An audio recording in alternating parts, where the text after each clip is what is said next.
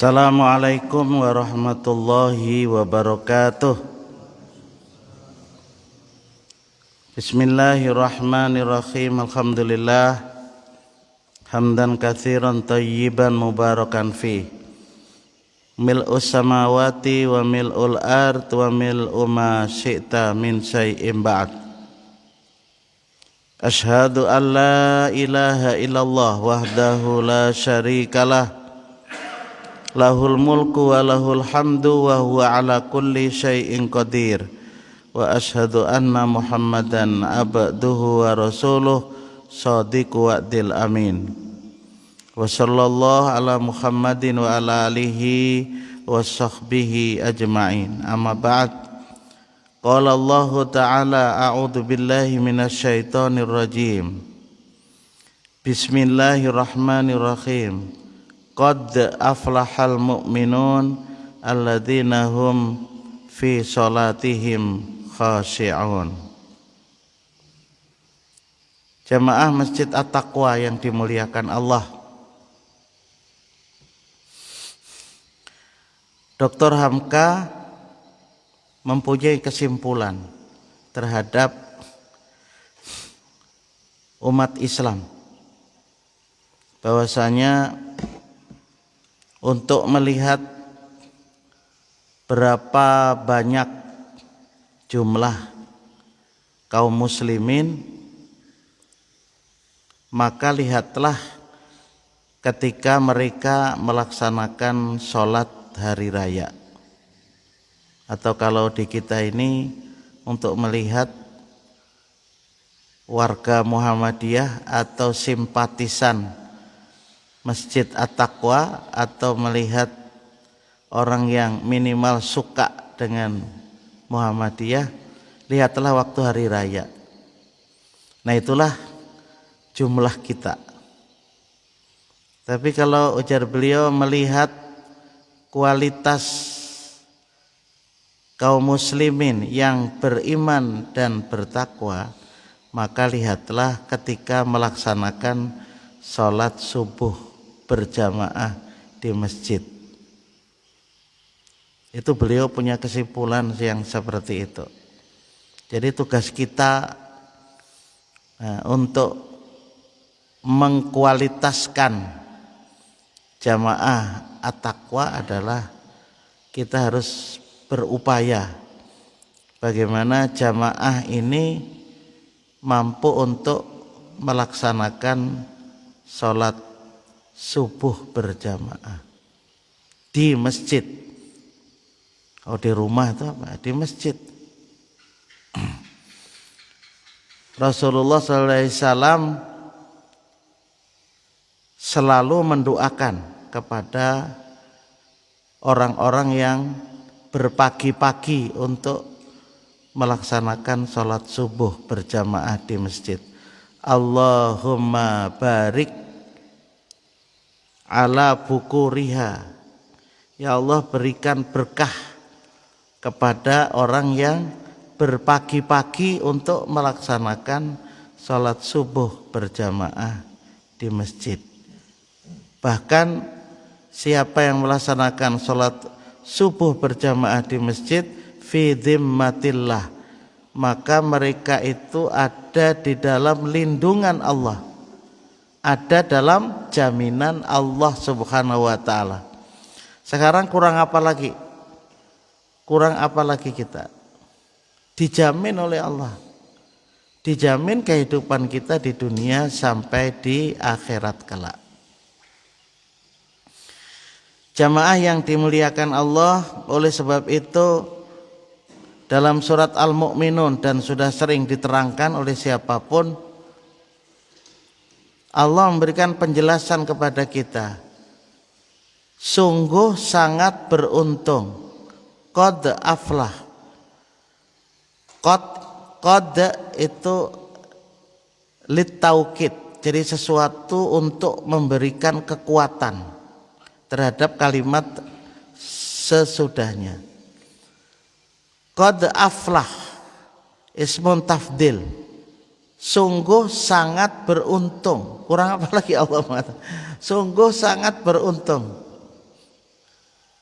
Qad aflahal mu'minun, sungguh sangat beruntung untuk orang-orang yang beriman. Untuk orang-orang yang beriman. Lalu Allah menerangkan tentang tanda-tanda orang-orang yang beruntung tadi, orang mukmin yang beruntung, berjaya. Alladzina hum fi salatihim khashi'un, keadaan salat mereka itu khusyuk. Alladzina hum, mereka adalah orang-orang yang ketika ia melakukan salat dalam keadaan khusyuk. Itu nomor satu. Nomor satu. Sebelum yang lain-lainnya itu ditata. Berikutnya adalah orang yang tidak berlaku dalam hidup ini sesuatu yang sia-sia. Baru berikutnya kemudian ketika ia mendapatkan rizki dari Allah SWT, kalau sudah sampai nisab dia berzakat untuk membersihkan kebakhilan, atau bahkan setiap hari pun dia sudah membersihkan hartanya. Jadi kadang menghadangi setahun, tiap hari sudah dibersihkan. Kalau kita menurut kitab zakah yang disusun oleh Yusuf Qaradawi, beliau dari berbagai pendapat itu menyimpulkan 2,5% apabila kita mendapatkan rezeki dari Allah. Hari ini alhamdulillah umpamanya dapat 1 juta selawe itu. Bila hari ini dapat 200.000, 5.000 itu untuk mencuci yang 200.000 itu. Itu nomor 3. Nomor 4, hendaklah kita itu menjaga kemaluan kita, hanya kecuali kepada istri kita dan budak kita. Kalau dulu kan budak itu diperkenankan karena memang menjadi milik. Orang yang menjaga amanat, tanggung jawab. Orang yang menjaga janji. Kadang-kadang kita ini bisa juga berjanji. Orang yang menjaga, nanti ulang lagi oleh Allah, orang yang menjaga salat 5 waktunya, apakah itu dengan berjamaah, dijaga kualitasnya, itu diulang oleh Allah. Walladzina hum ala sholawatihim yukhafidun, ulaika humul warisun, mereka itulah orang yang menjadi ahli waris. Menjadi ahli waris dari Allah Subhanahu wa taala. Alladzina yarithunal firdaus, yang mereka itu mewarisi surga al-firdaus. Sepakat para ulama, surga yang tertinggi itu adalah al-firdaus. Alladzina yarithunal firdaus hum fiha khalidun, mereka di dalam surga firdaus kekal selama-lamanya. Macamnya surga itu kan banyak, macam tingkat kenikmatan itu banyak. Ada Jannatul Firdaus, ada Jannatul Aden, ada Jannatul Naim, ada Jannatul Ma'wa dan lain-lainnya. Yang paling tertinggi Jannatul Firdaus. Memang kriterianya itu hampir sama. Kriterianya orang yang beriman dan orang yang beramal soleh. Itu kriterianya awal tuh itu. Innalladzina amanu wa amilus solihati kanat lahum jannatul firdausi nuzula. Sesungguhnya orang-orang yang beriman, beramal soleh, tepat bagi mereka itu adalah kanat lahum jannatul firdaus. Hum fiha khalidun, khalidina fiha la yabghuna anha khiwala. Mereka kekal dalam surga firdaus tuh. Bahkan mereka tidak ingin berubah. Ya buat apa berubah dari surga menuju ke neraka apa? Nah, ulun hanya menyampaikan sedikit hal yang mudah-mudahan lebih memberikan memberikan suasana kepada kita untuk membantu menuju kepada kekhusyuan. Memang ada buku khusus Pak yang disusun oleh beberapa ulama, itu judulnya Salasah wa Salasun Sababan lil Khusyu'i fis Shalah. Nanti kita ada diterjemahkan ke dalam bahasa Indonesia. Nanti coba ulun kirim ke Pak Sopian untuk bisa di-share ke kemana, ke grup, minimal dibaca sifat-sifat kekhusyuan yang kita miliki itu macam apa. 33 panjang.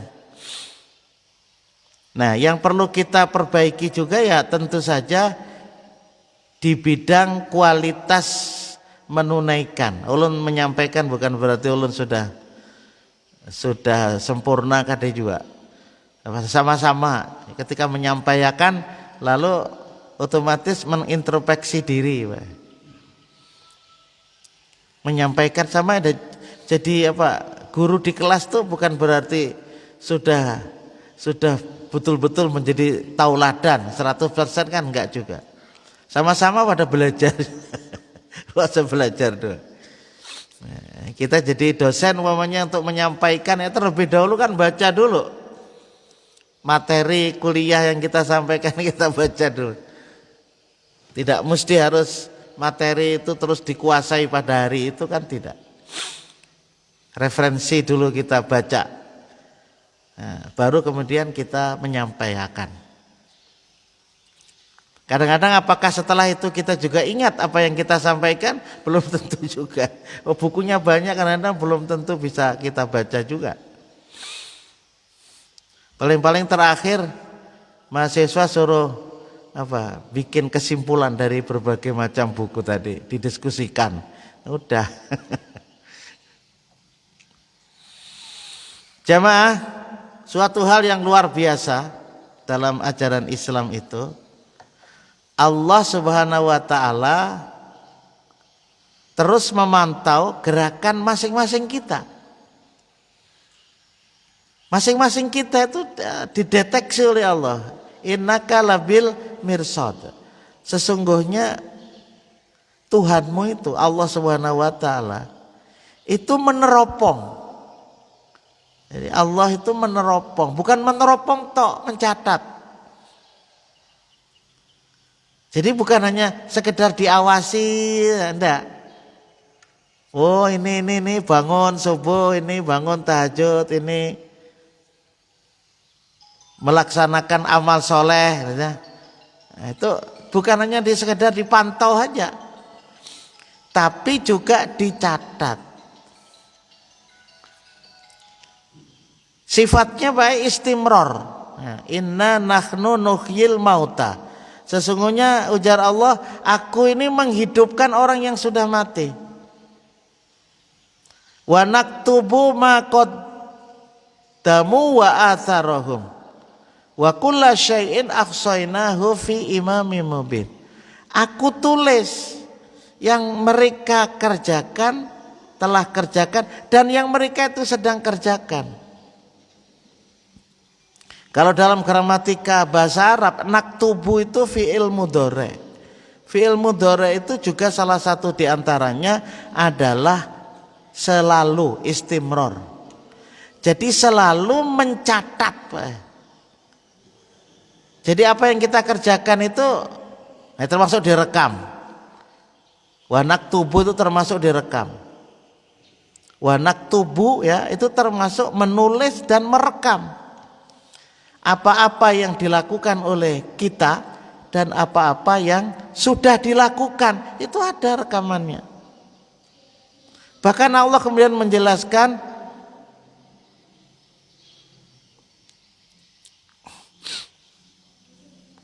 wa kulla syai'in, segala sesuatunya yang sudah kutulis tadi, ahsainahu, aku simpan. Jadi aku simpan. Kalau kita kan kadang-kadang menyimpan. Yang sudah direkam ini aja kadang-kadang bisa hilang, bisa terhapus, bisa kadang ingat menghendaknya di mana itu. Allah menyimpan fi imamim mubin, pada imam yang nyata. Ahli tafsir mengatakan fi lauhil mahfud, di tempat yang terjaga, yang kita tidak tahu. Lauh mahfud itu di mana? Itu hanya Allah sendiri. Di sana kumpulan dari berbagai macam catatan yang ada pada diri manusia. Di sana juga kumpulan dari Al-Qadar. Jadi Al-Qadar, ketetapan Allah itu juga ada di Lauh Mahfud. Sesuatu yang sudah terjadi, yang sedang terjadi, dan yang akan terjadi itu ada. Jadi sempurna bagi Allah itu. Perangkatnya diterangkan oleh Allah kepada kita di dalam Al-Quran. Kemudian Rasulullah juga menerangkan. Jadi lengkap Ada jawaban hal-hal yang menyangkut tentang masa-masa yang akan datang. Itu dijelaskan oleh Al-Quran. Makanya ma'rifatullah, kenal dengan Allah itu, yang pertama memang Allah memperkenalkan terhadap kita. Kemudian ketika kita kenal kepada Allah itu mesti dari Al-Quran. Mesti dari Al-Quran, Pak. Tidak bisa kita kenal Allah itu dari hanya sekedar kisah. Memang kisah yang disampaikan oleh para ulama kita itu mestilah sumbernya dari Allah Subhanahu wa ta'ala. Itu baru ma'rifatullah.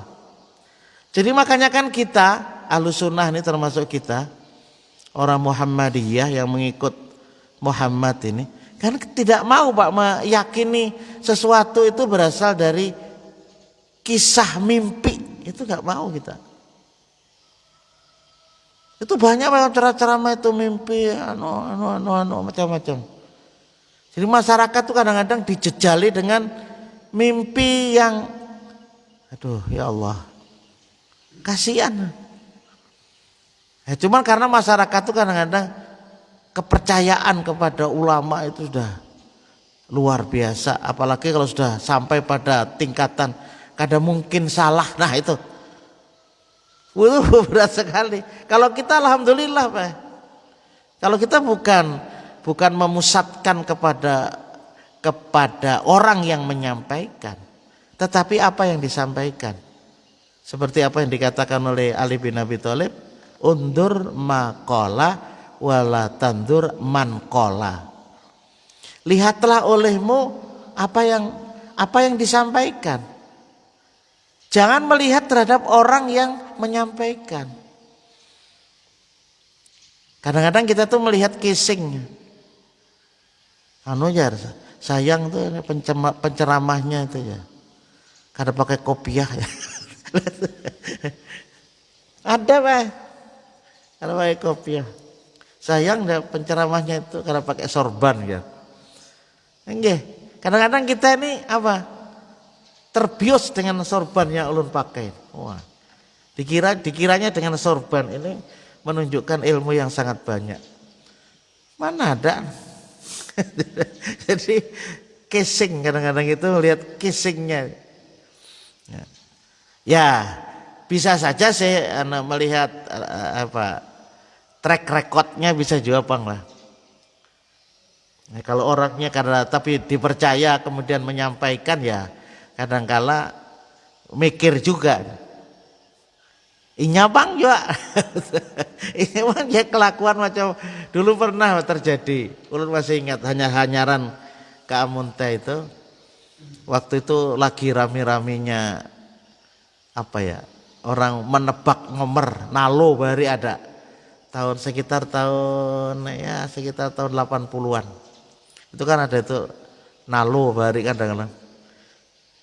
Jadi ada Khatib Al-Jihad Amunte itu kebelujuran inya itu mendatangi orang-orang yang menebak buntutan itu. Jadi ramenya dibahas. Ramenya dibahas. Jangan lagi itu jadi khatib tuh ya. Ada orang melihat Pak, ada ulun saya ingat, kada ingat ngarannya tuh. Jangan lagi jadi pakai napa ya? Semalam aku melihatnya apa? Apa namanya? Di ruangan orang-orang nang menembak buntut itu. Lalu ada nang sekong betakon. Ikan tahu lah Pak inya itu menembak buntut. Kada pang jar. Jadi akhirnya diamanati kepada satu orang, tolong pang takonakan awan sidin itu mah apa sidin itu ke situ. Langsung suruh mampihi ya Pak, bayangkan. Nah, jadi tidak diklarifikasi. Mungkin di sidin datang ke situ hendak dakwah kan bisa juga. Ya Allah. Nah Pak, kita di dalam ini nih, di dalam melaksanakan ibadah sholat itu kan kita ini tahu aja rukun ya, rukunnya sholat, termasuk ada wajibnya sholat, ya toh? Ada juga syarat wajib, syarat sah, kan itu mesti dipelajari itu. Kemudian sunah-sunahnya melaksanakan sholat. Tapi juga yang sangat penting kita ketahui juga Pak, yang kenapa ulun sampaikan, karena ada juga yang memberikan saran kepada kita. Kenapa? Karena ternyata kita ini banyak juga melanggar apa-apa yang termasuk dalam kategori al-karohah. Sesuatu yang tidak mestinya tidak kita lakukan. Atau hukum yang lain namanya makruh. Sesuatu yang mestinya dihindari walaupun memang tidak sampai menjadikan amal itu menjadi tidak sah. Ada juga sih yang keras biar makruh tetap aja kada sah. Oh my. Karena masalah fikih itu kan seperti itu. Satu orang itu berbeda pandangan. Nggih. Tapi kita kan pandangan yang ada dalil yang menunjukkan tentang itu kita lakukan.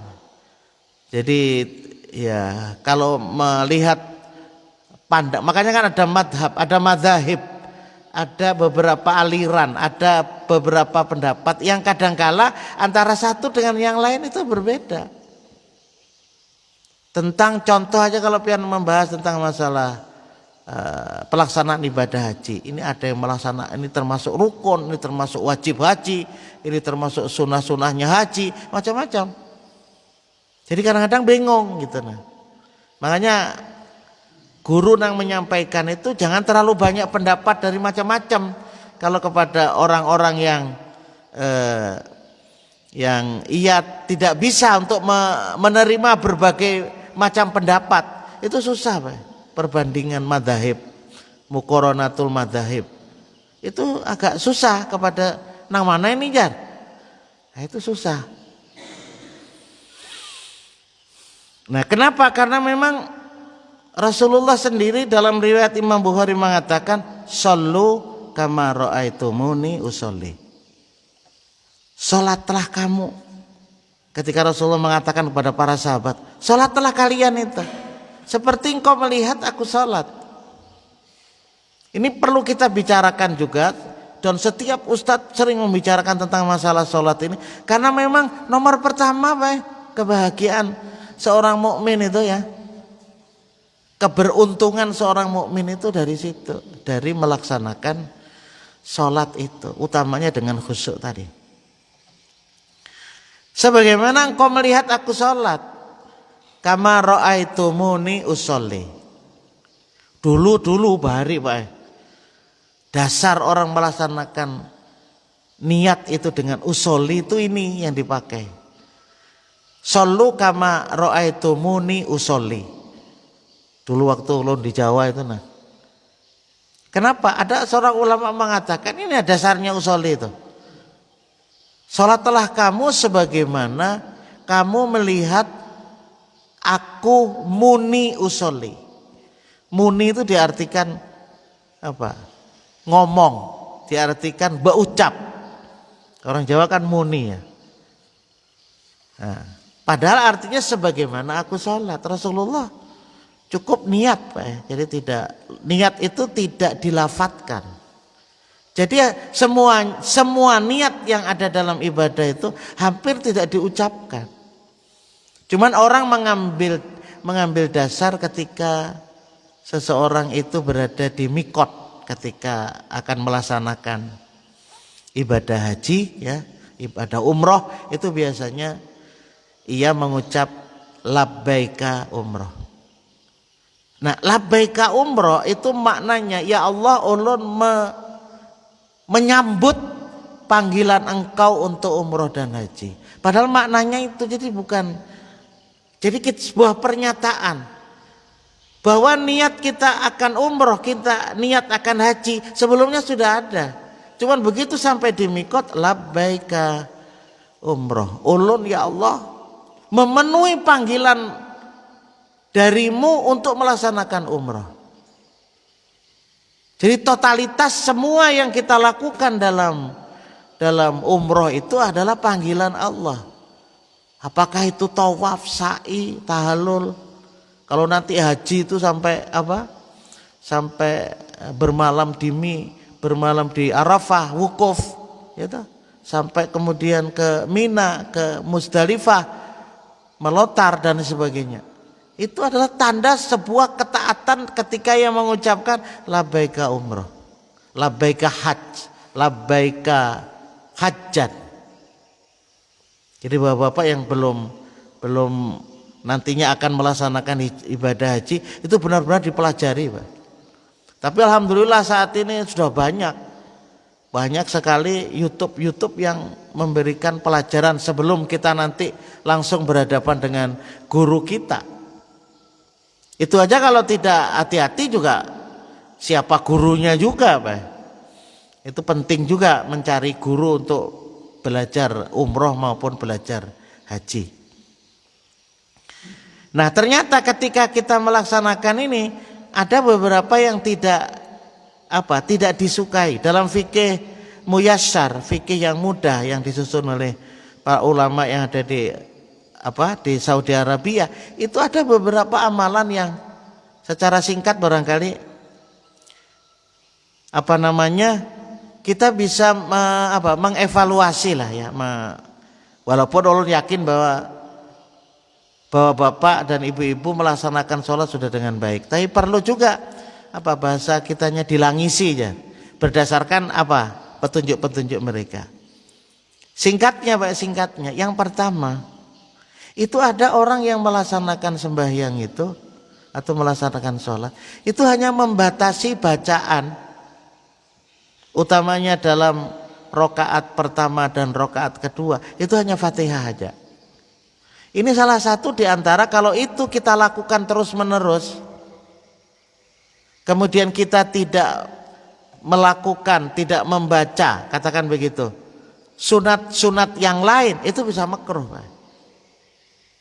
Contoh umpamanya ketika selesai takbiratul ihram ya, kemudian kita tidak membaca iftitah, langsung Fatihah. A'udzubillah aja kada. Ada a'udzubillah aja kada. Aminnya gini kada. Itu kan semua sunnah, ditinggalkan. Kalau itu sengaja atau terus menerus itu bisa dikategorikan ia membenci, ia tidak menyukai tuntunan Rasul. Jadi yang bagus itu apa? Walaupun tidak sampai kepada rukun dan wajib ketika kita membaca Allahumma ba'id atau wajhatu Allahu akbar kabira walhamdulillahi katsira wa subhanallahi bukrata wa asila dan yang lainnya masih banyak doa iftitah. Lalu kita tinggalkan. Sunnah tuh aja. Sunnah tuh aja. Itu kalau lama-lama seperti itu kita bisa dikategorikan termasuk tidak menyukai sunnah Rasul. Akhirnya apa? Makruh. Yang namanya aja tidak disukai, Pak. Nah, jadi makanya kita perhatikan juga yang seperti itu. Jangan masuk ke kategori itu. Kemudian kadang-kadang baca ayat ya males. Rakaat pertama, rakaat kedua setelah Al-Fatihah baca ayat, baca surah. Itu pun sebagian ulama juga mengatakan ketika membaca surah sesuaikan juga dengan sunnah Rasulullah. Rasulullah tidak pernah tepaling kalau bahasa Banjar kita. Itu sesuai dengan tuntunan tertibnya yang ada di dalam Al-Quran. Dan itu ketertiban mulai dari surat Al-Fatihah sampai dengan surat An-Nas 114 surat itu dari Allah, Pak. Melalui malaikat Jibril menyampaikan kepada Rasulullah, ya Rasulullah, ya Muhammad, ayat yang aku bacakan tadi letakkan di sini. Sehingga sempurna menjadi 30 juz. Itu bukan dari Rasulullah, Pak. Bukan dari Nabi kita Muhammad, itu dari malaikat Jibril yang diperintahkan oleh Allah, sehingga sesuai Al-Quran itu yang berada di Lauh Mahfuz. Innahu laqur'anun karim fi kitabim maknun la yamassu ilal mutahharun tanzilum mir rabbil alamin. Jadi Al-Quran itu diturunkan oleh Allah. Nah, jadi sebab itu makanya kita pelajari. Jangan sampai nanti apalagi jadi imam itu dihindari betul. Jadi harus yakin betul itu. Nah, umpamanya rakaat pertama ia membaca inna atoina. Rakaat kedua wal asri, naik ke atas. Jadi kalau bisa dari atas ke bawah. Nah, wadduha lalu ke bawah. Jangan nanti wadduha rakaat pertama, rakaat kedua sabihis. Jadi paling sedikit sabihis rakaat pertama, rakaat kedua wadduha. Kadang alih kadang. Karena tahu Pak Haji itu ya harus tahu kan, ada sudah disusun daftar surat sudah disusun. Yang kedua, orang-orang yang sengaja mengulang-ulang Al-Fatihah itu tidak dibenarkan. Hendak pulang ya. Dalam satu rakaat itu berulang-ulang baca Fatihah. Sebagian ada sih yang mengatakan kalau yang merasa rakaat pertama kada khusyuk lalu mengulangi lagi. Tadi yang baca Fatihah yang pertama pikiran ke hulu ke hilir, baca pulang, ada yang membolehkan, tapi sebaiknya tidak. Dan ketika kita jadi makmum masbuk, merasa bahwa kita itu memang tertinggal dari imam tuh, kalau ketika masuk itu tidak usah membaca iftitah, memang langsung Fatihah. Dibanding ketika kita membaca iftitah ya, wajahtu atau Allahumma ba'id, ternyata pas baca Fatihahnya kada sempat. Walaupun baca Fatihah itu sendiri walaupun tidak sempurna, ketika imam itu sudah rukuk, kita harus rukuk juga. Tidak boleh kita menyempurnakan sampai waladhdallin amin. Padahal hanya memulai dari a'udzubillahi minasyaitonirrajim bismillahirrahmanirrahim sudah merukuk. Nah, kita nggak boleh menyempurnakan. Karena ketika kita mendapatkan rukuk itu berarti kita sudah mendapatkan satu rakaat. Yang ketiga, ada orang yang sholat, orang yang sembahyang itu menoleh, menengok tanpa keperluan. Anak melihat ini yang dihigaku ini siapa? Anaknya datang nih. Kan apa ya? Jadi tidak diperkenankan kita menoleh-noleh. Mata liar kemana-mana kah? Tidak dibenarkan. Huwa ikhtilasu yahtalisuhu asyaitan min sholatil abdi. Ia merupakan sebuah curian yang dilakukan syaitan terhadap sholat seorang hamba. Itu masuk orang mencuri pandangan ke hulu ke hilir. Ikhtilas, jadi ikhtilas itu yang mencuri, mencopet, Pak. Mencopet dengan cepat itu ikhtilas. Banyak dalil-dalilnya. Kemudian yang berikutnya, kita tidak disukai bahwa orang melaksanakan sholat itu dengan memejamkan kedua mata. Ya namanya mata ya dua. Jadi tidak diperkenankan, Pak. Walaupun tidak sampai kepada tataran batal, tidak. Kenapa? Karena apa? Orang-orang Majusi itu ketika melaksanakan ibadah atau katakan begitu ya, ketika ia menyembah kepada api itu memejamkan mata. Orang Yahudi juga begitu. Orang Yahudi memejamkan mata. Ajaran Islam ketika melaksanakan sholat tidak ada tuntunan memejamkan mata. tidak sampai kepada tahapan batal, tapi adalah sesuatu yang tidak disukai. Nanti kalau sambil memejamkan mata pasti guring. Pasti guring. Jadi tidak dibenarkan, Pak. Kemudian menempelkan lengan saat sujud.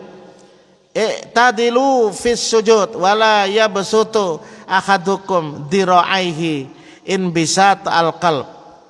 Bersikap pertengahan ketika kita sujud. Jadi janganlah salah seorang di antara kalian membentangkan tangannya sebagaimana anjing. Jadi terjulapak gitu nah. Ketika kita sujud, ini enggak diangkat ini sikunya sehingga turun ke bawah. Terjulapak gitu. Merata. Itu seperti anjing, tidak disukai. Jadi harus diangkat separuh. Nah, jangan juga terlalu tinggi danau sampai kayak melayang. Nah itu salah satu di antara perilaku-perilaku yang harus dibaiki. Kemudian juga di antaranya kita tidak diperkenankan melakukan hal-hal yang sia-sia, bermain-main. Jadi ketika sembahyang itu orang membucurkan kopiah, orang membucurkan baju, orang membucurkan tapih ampai-ampainya, naikkan turunkan pula. Tidak dibenarkan. Atau orang mau kena dibujurkan yang di muhanya itu ibu-ibu. Ada yang bujurkan, keluar kadar rambutnya, bujurkan. Ya artinya sebelum kita sholat itu sudah rapi. Nah, kalau orang Arab itu biasanya orang sorban yang di atasnya dibujurkan. Nggak ditata macam apakah? Nah di atas diintu-intukan. Ada. Ditarik-tarik. Bahkan ketika kita sembahyang Jumat aja bermain-main pasir itu nggak dibenarkan. Kan dahulu belum ada lantai. Berikutnya yanha an yusolliya rajul mukhtasaran. Jadi dilarang sholat itu sambil berkacak pinggang. Sholat sambil berkacak pinggang. Karena ada sakunya lo berkacak pinggang. Kemudian berikutnya apa? La yantahiyana aqwamu an raf'ihim absarahum inda du'a'i fi sholati ila samai aw la yakhtafanna absarahum. Hendaklah orang berhenti mengangkat pandangan mereka ke langit ketika berdoa dalam sholat atau mata mereka akan tersambar. Jadi tidak disukai Pak, sembahyang itu mata angkat-angkat ke atas, tidak disukai. Ketika berdoa juga tidak perlu juga matanya keangkat. Kalau tangan ada Rasulullah pernah mengangkat, tapi mata tidak ke atas. Walaupun kita boleh juga mengatakan Allah Subhanahu wa taala ke atas boleh. Kemudian juga at-tasa'ub as-shalah minasyaitan. Menguap dalam salat adalah dari syaitan. Jadi jika salah seorang dari kalian menguap maka tahanlah sebisa mungkin. Jadi kalau kita itu apakah menguapnya di sembahyang atau di luar sembahyang itu memang dianjurkan untuk menutup.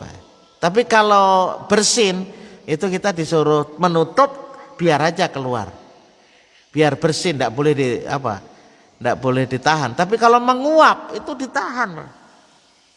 Kalau bisa nggak jadilah, ya menguap juga tapi tertahan, mulutnya tertutup. Kemudian berikutnya apa? Menyilangkan jari-jari. Kita nggak disukai jari-jari. Nah, cari nyaman Bang. Sambil mendengarkan ceramah, sambil berzikir, atau sambil Jumatan, dua-duanya pulang diangkat. Termasuk ke belakang juga nggak dibenarkan, Pak. Kan nyaman ya kayak ini, goreng. Sambil ceramah kayaknya. Nggak dibenarkan jadi jari-jari. Kemudian berikutnya sedikit meludah ke arah kiblat, meludah ke arah kanan. Kalau meludah juga harus ke kiri, tapi sekarang kan nggak bisa meludah, Pak. Lantainya lantai. Ya pakai tisu boleh aja. Kalau kita mungkin selismaan tisu, masukkan pulang ke sakunya. Atau pakai sorban nyaman. Nah, kalau keluar deh, pakai ini aja biar. Nah kemudian juga berikutnya apa? Mendahului imam itu jelas Pak. Jadi harus sabar. Mendahului imam jangan sampai terjadi. termasuk makruh. Walaupun ada juga yang mengatakan sampai sampai batal, enggak. Jadi kemudian yang berikutnya apa? Kalau sudah ada hidangan siap, hati hendak makan, itu kada usah sembahyang dulu. Makruh itu. Karena waktu sembahyang kita ingat kepada makanan. Tapi kalau kita ya enggak masalah ya, walaupun sudah siap makanan enggak masalah. Termasuk juga menahan buang air, besar maupun kecil. Kalau sebelum sholat buang dulu. Jangan sampai nanti ketika sembahyang hendak kan. Tapi kalau hendaknya itu waktu sembahyang, itu enggak usah sembahyangnya diberhentikan. Jadi inilah Bapak sekalian beberapa hal yang kiranya perlu kita perhatikan supaya nanti ulun share, ya silakan mau meng-share materi ini barangkali ada manfaatnya bagi kita. Demikian, alhamdulillah bisa silaturahim hari ini. Hadanallahu wa iyyakum ajmain. Subhanakallahumma wa bihamdika asyhadu an la ilaha illa anta astaghfiruka wa atubu ilaik. Assalamualaikum warahmatullahi wabarakatuh.